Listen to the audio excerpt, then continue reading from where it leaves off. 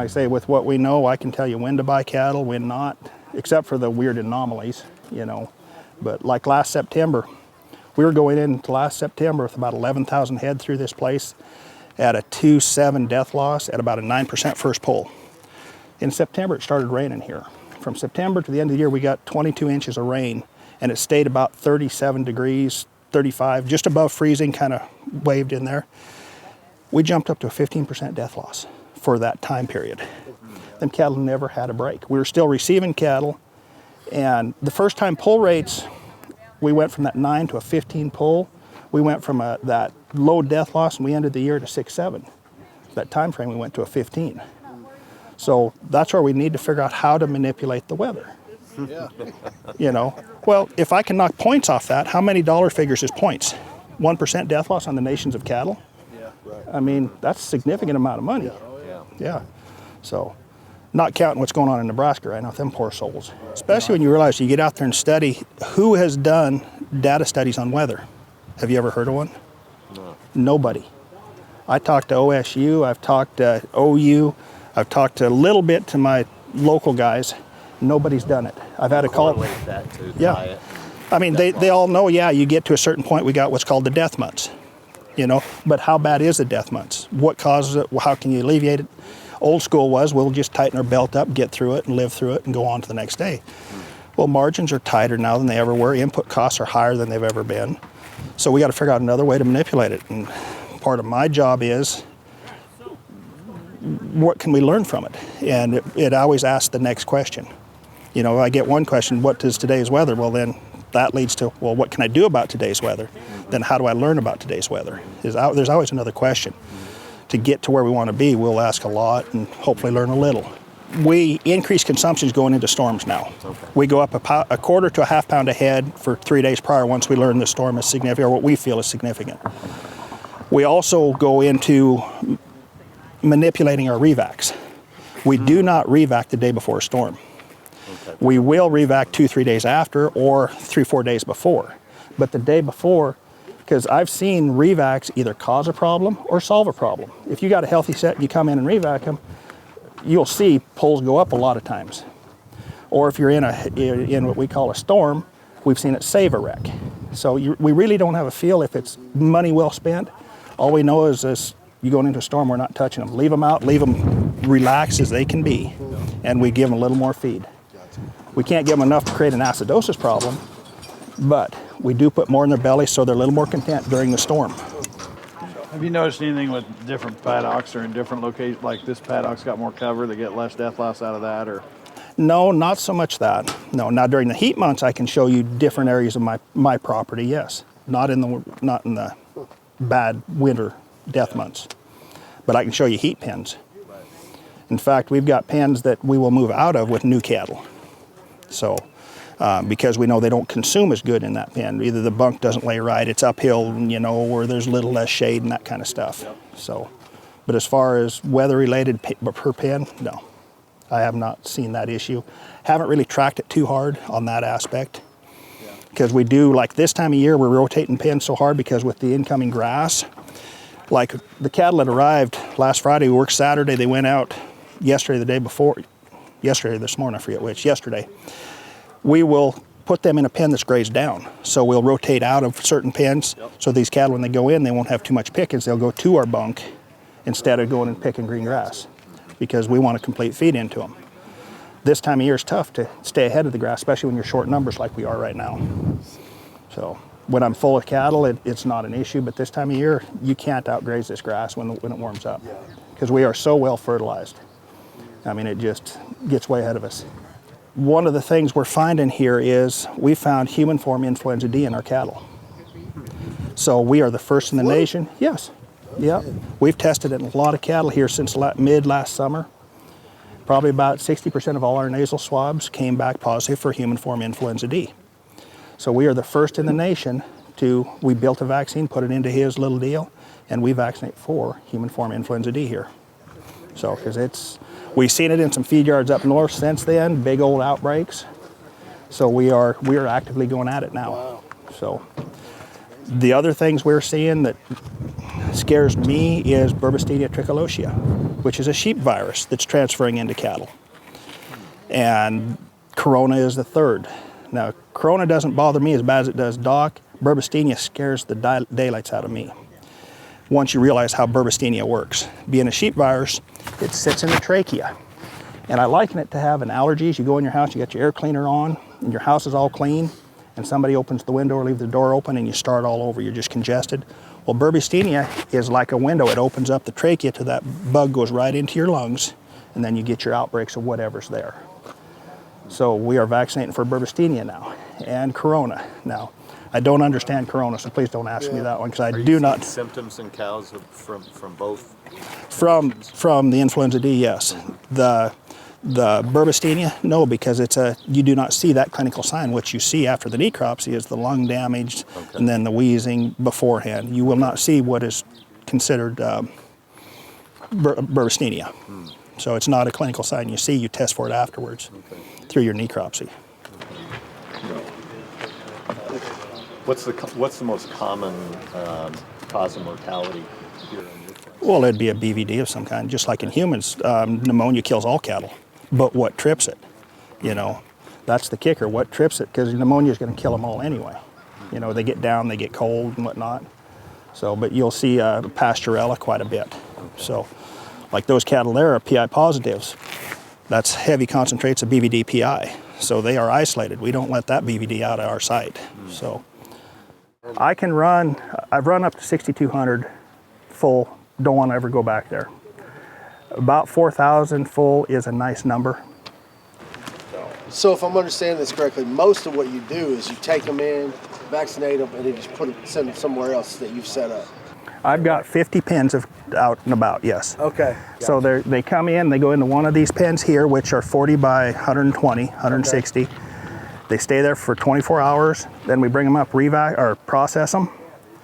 Then we test them for PI as soon as we know yes or no on PIs. What's the PI? BVD PI? Okay, PI stands for persistently infected with BVD. Okay?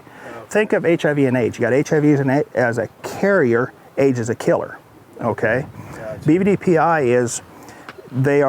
it's contracted while the calf is in utero, in like the second trimester. Okay. But there is no cure for it once they're contracted. Like those calves there are all PI positive.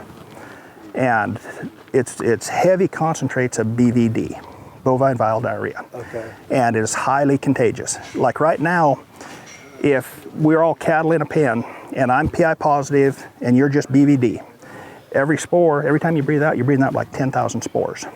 But because I'm PI positive, I'm up in the 200,000 range. Heavy concentration, I'm infecting the herd. Gotcha. And then they talk about BVD being in cluster factors, okay? You again, regular BVD's got a cluster factor of 14, which means in our circle, on average, 14 calves are gonna get sick from you. But I'm PI positive, I'm up around 48. So you're kicking out a lot more. Yes. Oh, I see. Heavy concentration, but then once I'm removed, it's gonna take at least 2 weeks to clean the pen up because there'll be an outbreak of BVD. Oh, yeah. Now, I did a test study here a few years ago out of Alabama. I was receiving like 5,000 head, 100 head lots every week. We were testing for them here and out back, and we found that cattle that had a PI, at least one PI positive in their lot versus free, the PI positive lots were double the death loss and 2.5 to 3 times the pull rate. Yeah, it is that tough on cattle. Everything else was the same. We kept the protocols the same, the shipping was the same. We were able to track PI to non-PI free. And it is such a nasty go-around. All you can do is pull them out because there's no cure for it. Nope. Once they get to that stage, no cure. So what's next for this group right here? Well, they'll make supper. They're still edible, but you can't put them in a herd because you'll have that outbreak wherever you go with them. So they'll be fed out just in quarantine? Yes. Okay. Now, statistically, though, 60% of them will die of BVD before they get to 1,000 pounds. So if you're going to slaughter them, you need around 950, somewhere in that ballpark, get them hanging. Huh. Yeah. Now, we buy a few from our clients for us to eat. They're good eating. There's nothing wrong with eating them. Mm-hmm. But you should not ever put them in a herd. Okay. But we test exclusively for it, and it's a big issue. Now, I'm assuming that's because you're bringing cows from all over the United States all together here in one location. Yeah. I mean, a guy that's got a family farm that you're not bringing them in from outside sources probably don't have. But is his cow herd free? That's the kicker. if you had a cow herd of 100 head and you start selling your calves, and then me, I get your calves in, I test them, and I know you, I know who you're from, and I says, the last 3 years you sent me 3 PI positives per year, I'm having to put $20 a head more into my cattle from you, I'm also losing 3% more compared to him, am I gonna buy from you? Right. See. If I know who you are, I'm gonna avoid you, and I'm gonna tell my friends about you. Right. You don't want that calf. Well, I guess I've just never heard of anybody testing for that, you know. I mean, it's not like, Well, the cow-calf man usually doesn't know about it because it doesn't associate to him directly. Yeah. You know, It so comes at your level. yes, and further. Yeah, wherever you get a concentration of cattle, that's where you get these issues. Gotcha. Now, because of my data collecting, I can tell you from the first day we started which states are hotbeds, where to avoid for PI positives. I also track it by year to see if there's trends, which there's not, but I still track it to see if it ever shows up. But I can tell you right now, this year Texas is running a 1% positive out of Waco, Texas. Florida is a 0.35 of 1%. I suppose at some point you can probably track that all the way down to the sale barn. If I pushed it far enough, I could even take it to the producer if I wanted to. If I was a player and I owned these cattle, I would want to know where they come from, because then I would flat say I don't want their cattle. Fix that one. Yeah, because right now I'm having to put $6 a head into my herd to test for that one calf. $6 a head. So That's how much it costs to test. with my time, my charge, and the test, yeah. Altogether, dang. Well, Now you do it- the math on the numbers, that's a lot of money. Well, then you figure because each pen that had one of them in it, we're double the death loss, 2.5 to 3 times the pull rate. A pull here costs $22 a head to treat. Okay, I can knock back 2 points off your cost, med cost through me. You're saying about pool. Pull percentage, how many I pulled to be doctored. Out of 100 head, if I pulled 10, that's a 10% How pull. many have to get pulled out to get doctored? Yes, and then out of that 10% that pulled, I know right now with the weather we're in, efficacy is about 60%. So 40% of what I doctor are dying. Gotcha. So, That ain't good. no. Ain't So, even safe. I mean, in this weather, normally I'm about a 75. Historically, I'm about a 75, but the weather we've been in, about 60%. Yeah, it's been tough, real tough. I mean, I'd like to pad them numbers and say I'm saving every one, but that ain't true. And if somebody says they are, I would be a little concerned that they're not being honest and truthful. So basically, in the business model, I think what happens is somebody goes to a sale barn, buys up them all, and brings them to you, kind of deal. Is that how it works? You're setting up that stage of the calf to go to the next step, and that's why it's a lot of it. When we get over to the chute, I'll explain some protocols over there, what we're doing to increase what that calf does. So there's a lot of little things you can do that help that next step. So, I mean, very critical. If we took them away, would the calf still live? Probably. But would somewhere down the line it show up? Sure could. Sure could. I can't guarantee yes or no, but I think we're putting a foundation in these calves that is very positive. PI testing, Okay. then you get reputation cattle so the next guy doesn't get whacked. Vaccination programs, big time, set that calves up to where he'll respond to what I have to do, and then create the nutritional side. Those would be the 3 steps. So would you recommend that we do PI testing on our cows? I would do your cows and make sure you're PI free, yes, Okay. in a heartbeat. Okay. That would be the number one to where you can eliminate that calf. So, Is because that a blood test or a, it's hair sample. okay. We take a notch out of ear. Every calf you'll see through the chute today will have a notch on the top of the left ear, which we clip the ear, but it's the hair we test. But we clip the ear so that if that calf goes into a sale barn and you know he's from Rindal's, you know he's tested. So, yeah. And you can do your own testing right here then? Okay. Yeah, That's I used to send it out, but the problem with that is I shouldn't say it's more accurate.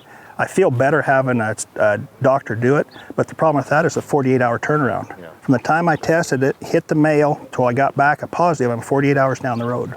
By moving in-house, it cost my producer a little more money because I got to run the test hours, labor. But I'm about a 3-hour turnaround now. From the time I know a positive, 3 hours later, we've got him out of the herd. Okay. And then we get back to that cluster factor. The BVD, yes, exposure, big time. He's there, you can't do nothing about while he's in the truck, but while he's here, he's only 3 hours commingled. And then he goes to that pen. Now that pen does not have an active water source in it because BVD PI can travel the water system. I'm pressurized up and he goes and drinks, it's not a problem. If I ever lose pressure and it goes down into my water system, it can pop up on the other side of my place and cause an outbreak. So Also, if I vacated that pen with them cattle and brought in a fresh set, the fecal in the ground can cause it. It takes 2 weeks of natural sunlight to kill the BVDPI in that pen once the calves leave. So we don't drive in there because it can go fecals out in the feed pickup. We don't have, we take garden hose to fill their water tanks.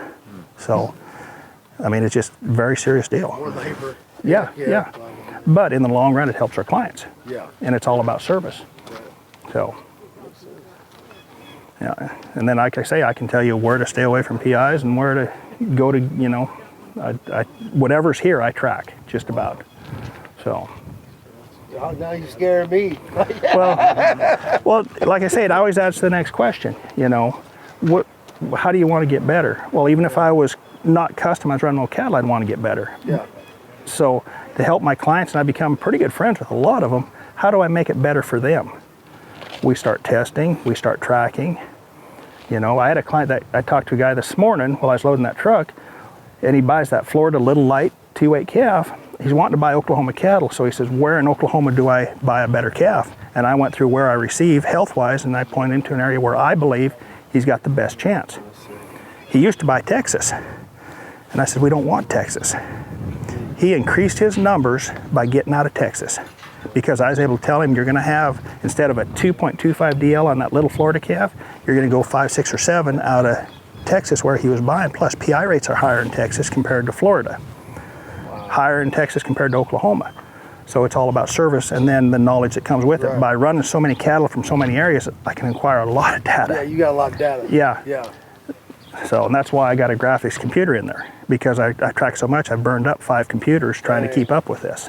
You got the info. Oh yeah. Yeah. Yeah. So it gives me a headache at times, because pretty soon you're tracking so much stuff, it's blinding. But once you sort it all out and you get a little objective, what can you glean from it?